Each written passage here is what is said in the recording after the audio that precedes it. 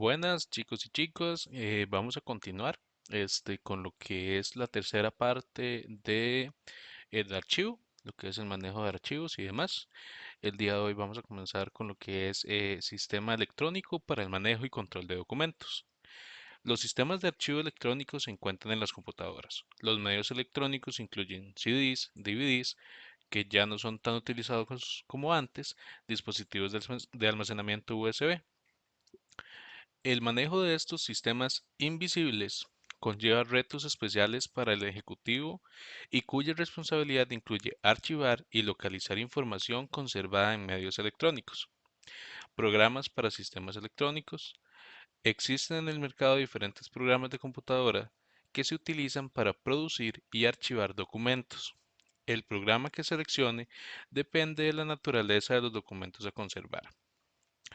Las tres categorías principales de programas son programas de procesamiento de palabras, tales como Microsoft Word, eh, blog de notas que ya viene incluido en el sistema operativo y muchos otros. Estos programas están diseñados para la producción de documentos. Son convenientes para producir informes, cartas, memorandos, tablas y listas de direcciones, entre muchos otros documentos que podemos producir día a día en una oficina. Después vamos a tener los programas de bases de datos.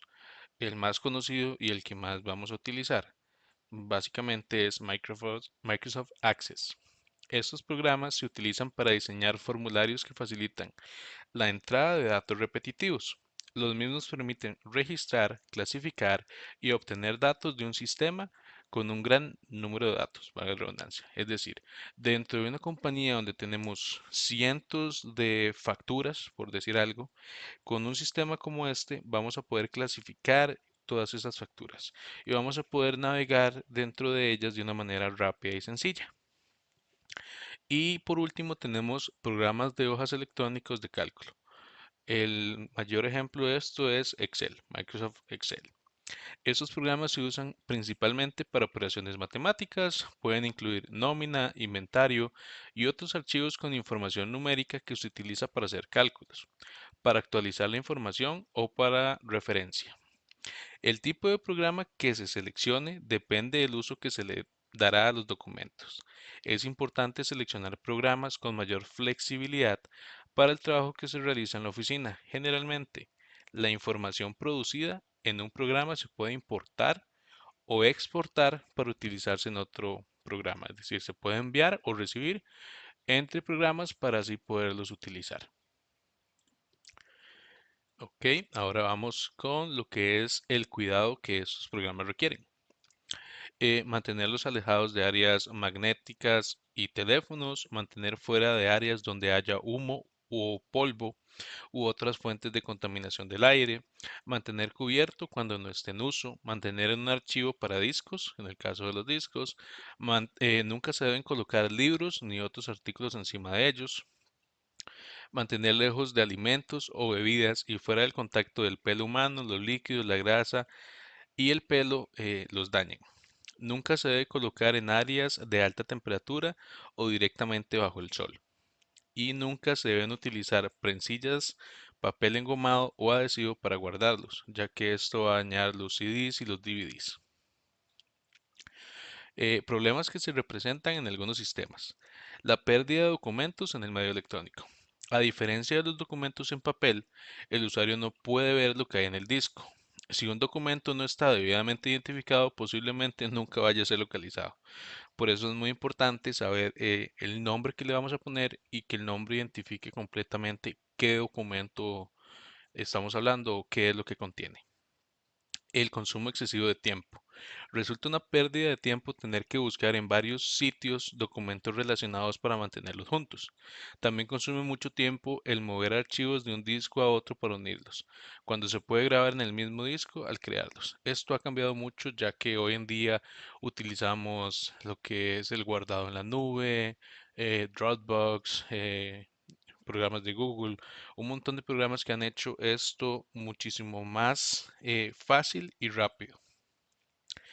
Dificultad para tener acceso a los archivos. Uno de los propósitos de los programas de base de datos es facilitar el acceso a la información a aquellas personas que deben tenerlo. En muchos casos, personas autorizadas, no autorizadas, no podrán localizar los documentos si no están archivados de acuerdo a un plan sistemático y bien diseñado. Dispositivos sobrecargados con documentos innecesarios. Se debe establecer un programa que permita saber los documentos que requieren conservarse por un periodo largo. Al crear los documentos se deben identificar de acuerdo al periodo de retención para evitar que el sistema se sobrecargue con documentos que no tienen valor. Estos documentos innecesarios en el disco requieren más tiempo al hacer copias de respaldo, al localizar archivos, al archivar y localizar los discos. Entonces, lo ideal es siempre estar borrando todos estos archivos que no son necesarios y que lo único que hacen es ocupar espacio en nuestro computador. Recomendaciones para localizar archivos extraviados en medios magnéticos, llámese discos, llámese discos duros, USBs o llave mallas, como le decimos comúnmente. Número uno, verificar el índice en otros discos y en el disco duro y buscar bajo otros programas en uso. Verificar nombres similares, investigar entre los documentos producidos en la misma fecha o en fechas cercanas. Esto se puede hacer si el sistema computarizado asigna fechas a los documentos. Normalmente todos los programas hoy en día asignan fechas cuando un documento es creado. Entonces uno puede buscar por la fecha que lo creó. Intentar recuperar la información que se eliminó del disco utilizando la función correspondiente, si esta función está disponible en el sistema. Asegurarse de tener todos los discos que usó el operador, verificar si otra persona tiene el disco. Esto es hace un par de añitos. Ya sabemos que hoy en día, como les dije, es mucho más sencillo y más fácil de tener todo más ordenado. Y buscar el disco igual funciona con las llaves mayas, a uno se le pueden perder, entonces siempre tenemos que tratar de tener todos los documentos en el mismo lugar, en la computadora, en la nube, etcétera, etcétera. Ok, continuaremos con los requisitos especiales para los archivos invisibles.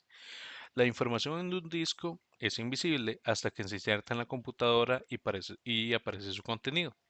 Algunos de los requisitos especiales asociados con los archivos invisibles incluyen la necesidad de tener una copia de seguridad de los archivos en dispositivos adecuados, una copia impresa y una copia dura de los archivos electrónicos. No es necesario hacer una copia impresa de todos los documentos, obviamente solo de los más importantes. Identificar las revisiones o versiones de un documento. Es una buena práctica conservar como copia de respaldo las versiones anteriores de la revisión de un documento. En caso de que digan, no, estaba mejor el documento anterior y si uno ya lo borró o lo eliminó, va a tener que volver a hacerlo desde cero. Entonces es bueno tener ahí por lo menos un par de días hasta que ya sepamos que lo podemos descartar. Un sistema de seguridad para la protección de la información. La información se debe proteger contra pérdida accidental, robo, sabotaje, contagio con virus o desastres tales como fuego, terremotos, inundaciones, etcétera, etcétera. Ya sabemos cómo es nuestro país en invierno. Conservar y lidiar un buen uso del espacio en el sistema. Es fácil almacenar información en los discos duros de las computadoras, pero a menudo resulta difícil identificar el material que está archivado. Esto trae como consecuencia la acumulación de material innecesario. Créame, esto les va a pasar mucho. Van a tener a veces de un mismo documento 6, 7 versiones. Entonces siempre es bueno estar tratando de limpiar lo que ya no sea necesario. Y adiestramiento de los usuarios. Si uno es la persona encargada del sistema de archivos digital, siempre es bueno estar educando cómo se utiliza, los cuidados, que no borren documentos, etcétera, etcétera. Ok. Control de archivos electrónicos. Por lo regular, el material de los archivos que se conservan en medios electrónicos lo utiliza una persona o un grupo pequeño de personas que trabajan en lo mismo o en el mismo departamento o en el mismo proyecto. Las principales preocupaciones respecto a los archivos electrónicos son la protección contra pérdida accidental, cambios que le pueden hacer a los documentos y el establecimiento de las guías que regulen el archivo del material. Protección. Muchas veces es imperativo el tener que prestar material, o sea, toca. Conservado en un disco o permitir el acceso por medio de una red a material archivado electrónicamente. En estos casos se deben tomar las siguientes precauciones. Voy a editar esto aquí. Asegurarse de que el usuario sabe cómo operar el sistema, muy importante. No queremos que alguien que no sepa cometa el error de borrar el trabajo de, no sé, un mes. Puede pasar, ha pasado en más de una empresa, se los aseguro. Este, o explicarle si es una persona inexperta, ¿verdad? Por lo menos lo básico para que no se jale ningún problema ni nada. Copiar en otro dispositivo los documentos que solicitan y que están archivados en el disco duro o en un disco. Esto asegura que no se le hagan cambios a los documentos en los discos. También hoy en día podemos trabajar con lo que es el formato PDF cuando prestamos un documento muy importante para que la persona simplemente lo pueda leer, pueda revisarlo, pero no lo pueda modificar y seamos nosotros los que al final vamos a modificarlo. Eso y tenemos que tenerlo ahí en cuenta. Medidas de protección para archivos electrónicos, copias de seguridad, sistemas de batería de resguardo, programas antivirus, sistemas de autentificación y protector de carga eléctrica o interruptor de electricidad. Ok, ahora vamos a ver lo que es transferencia y almacenaje de medios electrónicos. Algunos documentos en medios magnéticos o en papel se tienen que conservar por largos periodos para propósitos de archivo o para salvaguardar la información importante. La transferencia y almacenaje de documentos en medios magnéticos tiene varias ventajas y desventajas. Vamos a verlas. Ventajas, ocupan muy poco espacio y se pueden transportar con facilidad. Desventajas, tienen que mantener en un ambiente con humedad y calor controlados, que hoy en día no es tan complicado, ¿verdad? Tienen que mantenerse fuera de contaminantes ambientales, humo, polvo, etcétera. Deben conservarse lejos de campos magnéticos, no es tan complicado. Puede que no se acepten para efectos legales. Hoy en día tenemos una gran ventaja. Eso es una información un poco vieja, pero con esto puedo darles unas bases para que sepan cuáles han sido los cambios hasta el día de hoy, ¿verdad? Ustedes saben que el día de hoy tenemos lo que es la firma digital. Con la firma digital, cualquier documento pasa a ser, para efectos legales, pasa a ser válido. Que ustedes firmaron un contrato con la firma digital, lo hacen todo de manera digital, desde una computadora, el abogado, no sé, contratan un abogado en San José, ustedes están en Guanacaste trabajando por alguna razón, con la firma digital lo pueden hacer. Entonces, en este momento, básicamente casi que todo archivo con la firma digital es, para efectos legales, es válido. Eh, Niveles de conservación de los documentos. Ok. Vamos a ver lo que son las etapas de los documentos y tipos de archivo, que ya habíamos visto un poco en los videos anteriores. Los archivos, de acuerdo con la edad de los documentos, se pueden clasificar por tipos, que a su vez determinarán las etapas o periodos de su formación, los años que comprenden cada una de estas etapas y el uso más que el tiempo. Difieren de un país a otro debido a que la legislación varía en país a país. Vamos con lo que es la primera etapa, archivos de gestión. De conformidad con la legislación vigente en Costa Rica, el primer periodo lo constituye aquel comprendido entre 1 y 5 años, contados a partir de la producción del documento. Es decir, en el momento en que hicimos el documento, comenzamos a contar. Eh, y se denomina etapa de gestión. Este periodo se caracteriza por un movimiento constante de la documentación, la cual debe estar muy cerca de la oficina productora o la que lo creó para que sirva de apoyo en la realización de nuevos trámites. Durante esta etapa, los documentos suelen guardarse en archivadores metálicos. Son atendidos generalmente por oficinistas y secretarias o secretarios. Es aquí donde encargados de los archivos llevan a cabo funciones muy importantes, desde el nacimiento de los documentos, como son reunir, conservar, clasificar, ordenar, describir, seleccionar, transferir, administrar y facilitar la documentación productiva por la unidad y que debe mantenerse técnicamente organizada. ya que generalmente después de 5 años pueden ser remitidos al archivo central, que es la segunda etapa.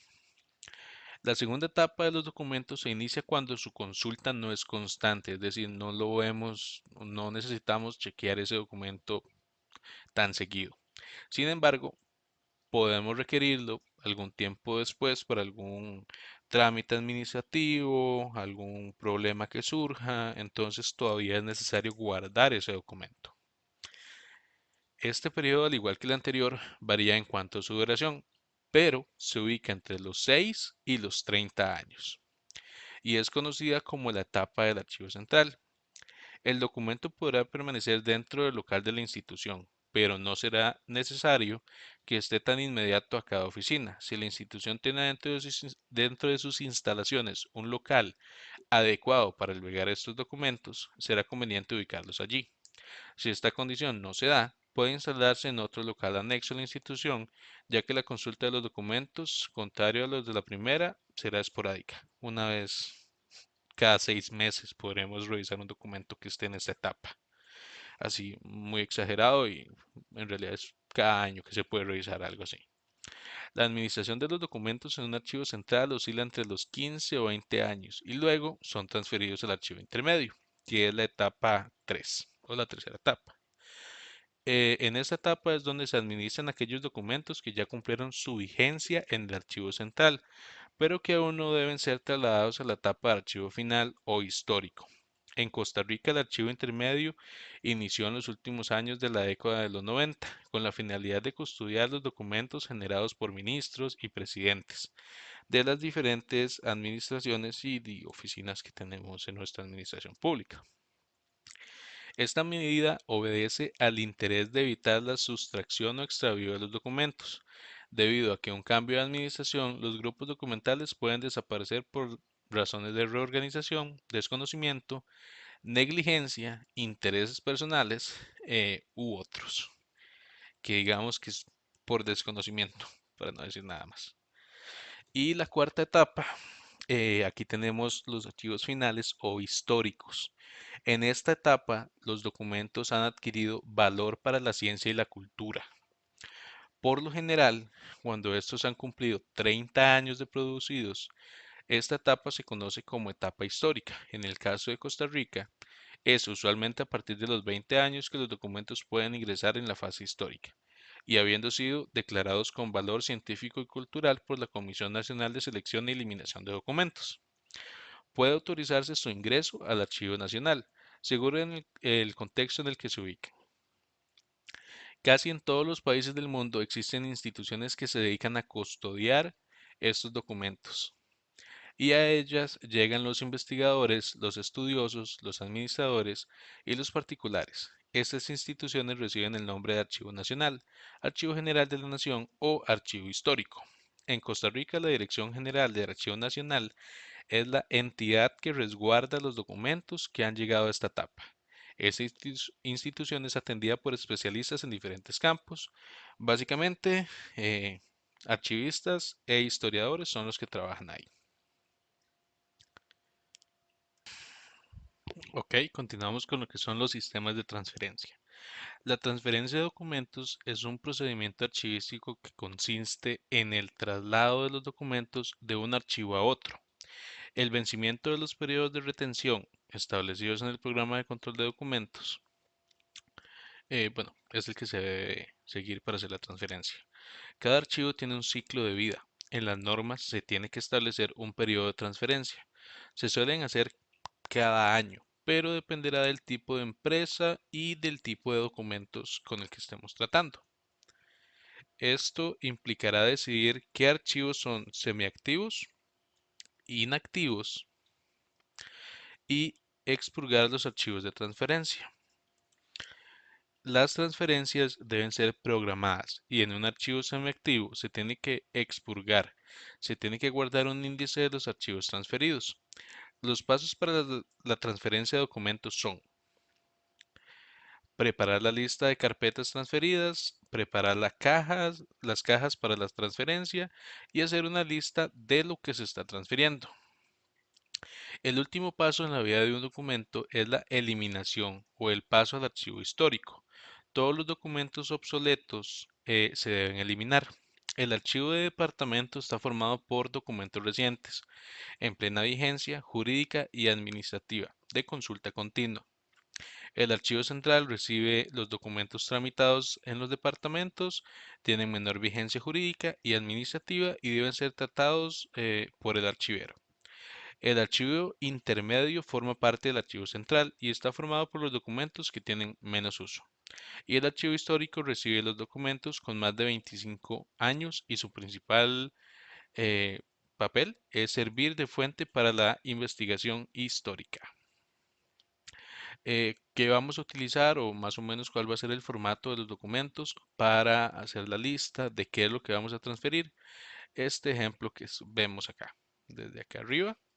El número de transferencia, 1, 2, 1 millón, 2 millones, por el número de transferencia que vayamos. Eh, Impreso de transferencia, documentos al archivo central, la unidad administrativa, nombre, la persona que está haciendo la transferencia, la fecha de envío, el lugar de depósito, el número de documento, documentación enviada, fechas documentales, sede administrativa, fecha de expurgo, siguiente y observaciones. Se envían la original y dos copias firmadas al archivo central. En este caso, el final, ¿verdad? La conservación de documentos. Es el conjunto de operaciones que tienen por objeto prolongar la vida de un ente material, preveniendo el daño y la corrección del deterioro. Prevención y restauración, un libro, es una cita. La conservación de determinados documentos puede establecer en un tiempo determinado y pasado este tiempo podrán destruirse, aunque previamente a ello se suele digitalizar y guardar en soportes informáticos para su posterior uso o alguien que los necesite ver. Otros documentos no se destruyen nunca, por ejemplo, la escritura de constitución de una empresa. Otro método de conservación de documentos es la microfilmación. La microfilmación es una técnica de conservación de documentos basada en materiales sintéticos muy resistente y durable. Es un método que consiste en miniaturizar en película fotográfica como las películas de las fotos de las cámaras de antes, algo así, pero son rollos muy, muy enormes. La información de los documentos. La operación se lleva a cabo con máquinas especiales manejadas por personal capacitado y que sabe cómo se hace. Y la microfilmación en Costa Rica está sujeta en el reglamento de la Ley del Sistema Nacional de Archivos en el artículo 67 y 68. Ok, vamos con lo que es la destrucción de documentos. Dado el elevado número de documentos que se generan en una empresa, será necesario destruir todos aquellos documentos que no aportan valor, ya que su almacenamiento implicará un costo adicional para la empresa. La destrucción de documentos se realizará mediante máquinas especiales. De esta forma, garantizaremos que aquellos documentos que contienen información confidencial o delicada no puedan caer en manos ajenas. Además, así se respeta la Ley Orgánica de Protección de Datos. Lista de tipos documentales y plazo de conservación sugerido. Algunos de los plazos fueron recomendados por Bodil Henriksson de ULATE, asesora de la UNESCO en materia archivística, y otros son el producto de la experiencia acumulada de la sección Servicios Archivísticos Externos del Archivo Nacional. Esos plazos son recomendaciones. Solo el Comité Institucional de Selección y Eliminación está autorizado para fijar la vigencia administrativa y legal de los documentos y de la Comisión Nacional de Selección y Eliminación es quien establece su valor científico y cultural. El número uno, valor científico-cultural, conservación permanente. Son leyes, decretos, reglamentos, actas, informes anuales relevantes, convenios, tratados, contratos importantes para el logro de los objetivos de la entidad, presupuestos anuales, liquidaciones presupuestarias del cuarto trimestre, correspondencia de autoridades superiores o de niveles técnicos que prefieren objetivos del ente, licitaciones públicas, ganadoras de proyectos básicos de una institución, organigramas, libros mayores, libros diarios, informes contables o balances anuales, informes técnicos de relevancia nacional o regional, tabulados de censos y encuestas, protocolos notariales, muestras de expedientes judiciales, registros civiles, libros sacramentales, declaratorias de elementos de elecciones, fotos, mapas, planos de terrenos u obras civiles de importancia nacional o regional, videos que reflejan aspectos sustanciales del quehacer de una institución o de una cultura, expedientes de organizaciones sociales, sindicatos, cooperativas, partidos políticos, asociaciones de campesinos, de artesanos, entre otras. Es decir, cualquier documento que el día de mañana vaya a tener un valor histórico. Por ejemplo, la Constitución es algo que en cualquier país se debe proteger a toda costa, por decirlo, un documento para que tengan la idea ahí. Y obviamente todos los demás ejemplos que hemos visto. Número 2, 50 años de vigencia, expedientes de personal, prontuarios, planillas, en caso de que la información de los expedientes no sea suficiente para probar derechos laborales adquiridos. Eso es muy importante, ¿verdad? Hoy en día. 10 años de vigencia, materia prima, estadística ya tabulada y trabajada. 5 años de experiencia, documentación contable de carácter rutinario, facturas, notas de crédito, órdenes de compra, órdenes para utilización de gasolina, gastos de transporte, cheques, requisitos, vendimentos y compra de materiales, controles de bodega, licitaciones públicas o privadas no ganadoras o ganadora, o proyectos no sustantivos de la institución, acciones de personal repetidas y rutinarias que no prueben derechos adquiridos ni tiempo de servicio, correspondencia de unidades de nivel medio-bajo cuyos asuntos básicos se informen o eleven a instancias superiores. 3 años de vigencia. Controles, registros y tarjetas de asistencia, permisos, solicitudes de vacaciones, cuadros de personal.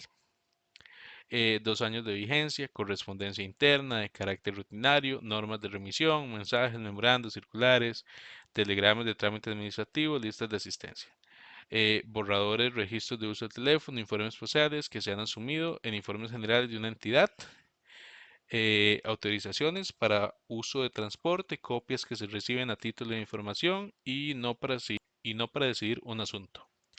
Esos son como los documentos y los plazos que se recomiendan para destruir esos documentos, ¿verdad? Como ya saben, voy a subir la materia al grupo de Teams y a Facebook para que la estén viendo. Cualquier duda, como les digo siempre, no duden en contactarme. Facebook, por WhatsApp, por Teams, por donde les sea más fácil y yo voy a contestarles a la mayor brevedad posible.